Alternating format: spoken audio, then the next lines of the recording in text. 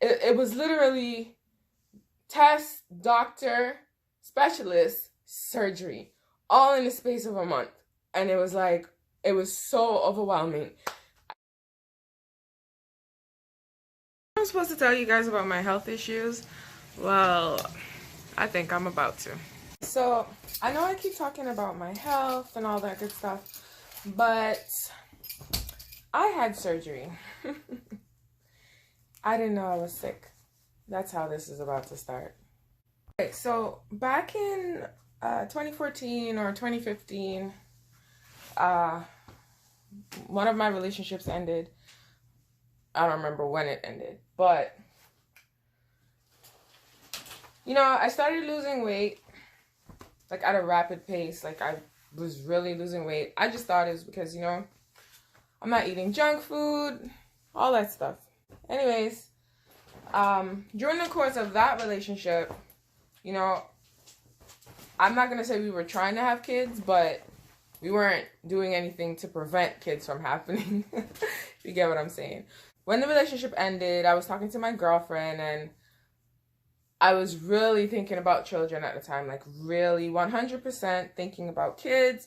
I want to have them, like what are my options, all that stuff, you know? So I decided that I was going to go to my doctor and, you know, do a fertility check. So I go to my doctor, and he's telling me, he's like, listen, you're too young to be doing a fertility testing because, you know, you still have time. He was giving me that speech. He also said to me that, you know, it's a bit uncomfortable, so he doesn't want me to go through all of that. So what he suggests is that I do an internal ultrasound. So, you know, when he suggested that, I was like, oh, I don't like those things. As a woman, I don't know if men know, but as a woman, you know, it can be uncomfortable. It's not like having sex. It's not, I don't get any pleasure out of it. It's very uncomfortable for me, personally.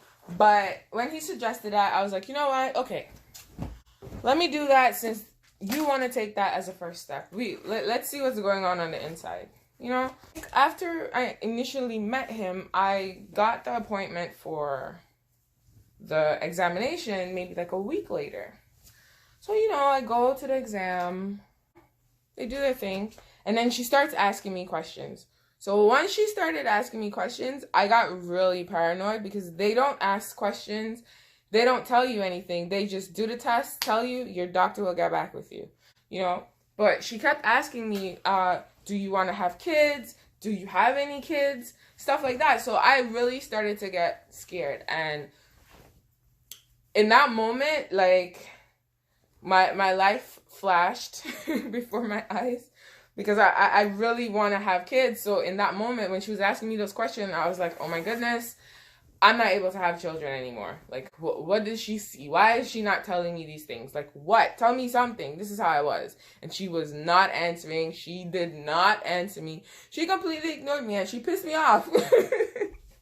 Because I wanted her to tell me. So, you know, I do the test. I go home. My mom asked me, because I told her I was going to do this test. Because she freaks out every time I say I have to go to the doctor. So I just told her. Anyways. She asked me, you know, what did they say? I said, well, she didn't say anything. The technician didn't say anything. They just asked me if I wanted to have children. So I think something's wrong, right? So she's like, okay, well, whenever the doctor calls you back, we can deal with that. So I honestly think it was probably a week or less than a week. I honestly don't remember. When the doctor called me and said, you need to come in. Now, listen, guys. He never does that. He calls, everything is fine, blood work is fine, you're good.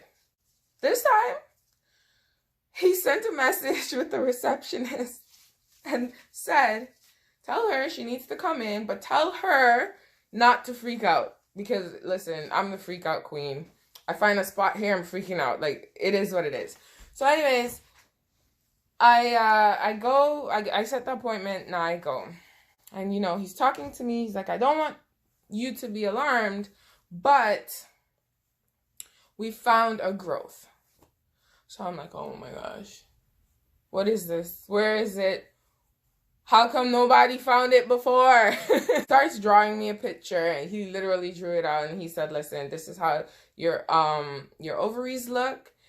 This is your fallopian tube, your ovaries, and then you have this giant mass that's on your ovaries. I was like, how big is it? Right? So he said, he's like, it's bigger than a golf ball. It's bigger than a tennis ball. So I was like, okay, a tennis ball on the inside of me is pretty big, right? He's like, no, it's probably the size of a small melon. So I was just like, oh my gosh, like, why me? First question I asked him is like, what are my chances of having children after this? You know, like, if it's on my ovaries. So he said he doesn't know just yet, but we need to do surgery to remove it. But, you know, while I'm sitting in his office, I'm saying to myself, I'm just like, I do regular checkups. You know I do regular checkups. We always do these checkups, blood work, internal checks, stuff like that.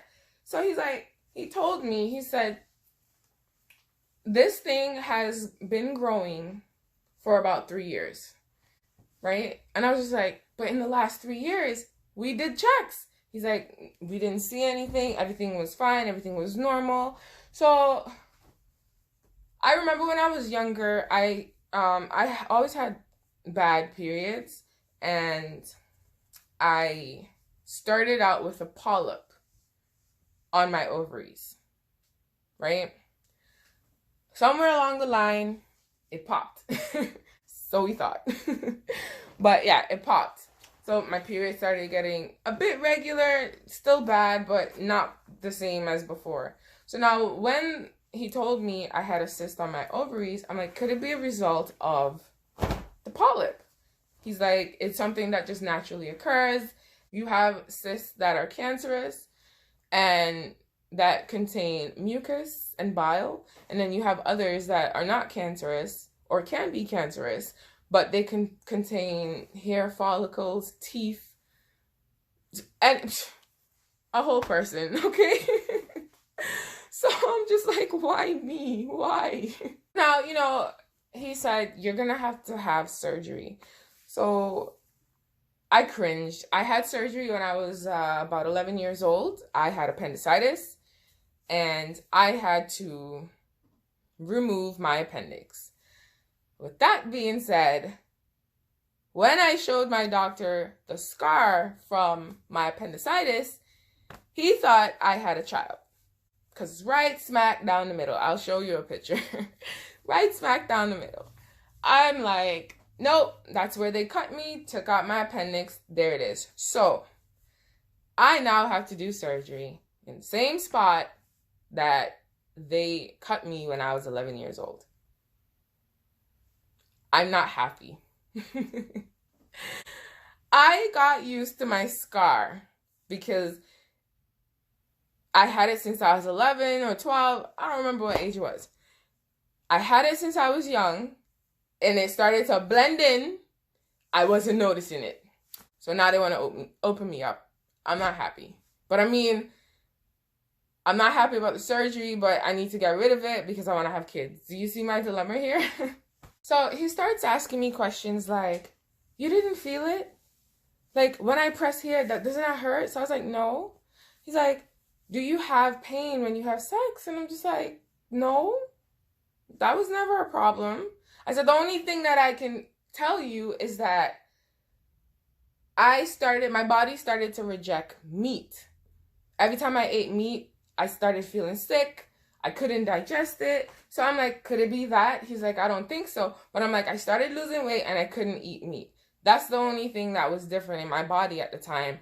So he's like, okay, we're gonna get you hooked up with a specialist because now you need to do the surgery. So I'm like, do we have to do the surgery now? He's like, we need to remove it because it's growing and we don't want it to pop. Because once it's popped, they might have to remove everything. They might have to take my whole ovary, all sorts of things. And I was scared at the time. I really was. And this was happening in the summertime. I'm getting emotional because it was so rough. My friend tried to cheer me up.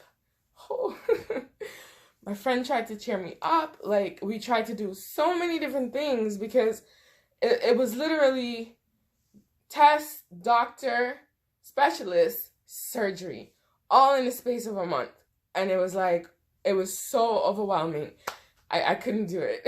You guys have to understand that at that moment, I was like, I really wanted to have children at that moment. So the thought of me not being able to have any because I have something growing inside of me that might prevent it, I was very emotional, and I was just like, I can't do this. What is this? How? So, you know, he sends off the information to the specialist, and we book the surgery, and here we go. I remember it. I was crying. I'm crying now. It was a tough time. It really was. So, around that time, my mom and my best friend, I love them to pieces. I don't know, I can't stop crying, guys. It was a tough time. Oh my goodness, it really was. Like, my mom and my best friend were really my rock.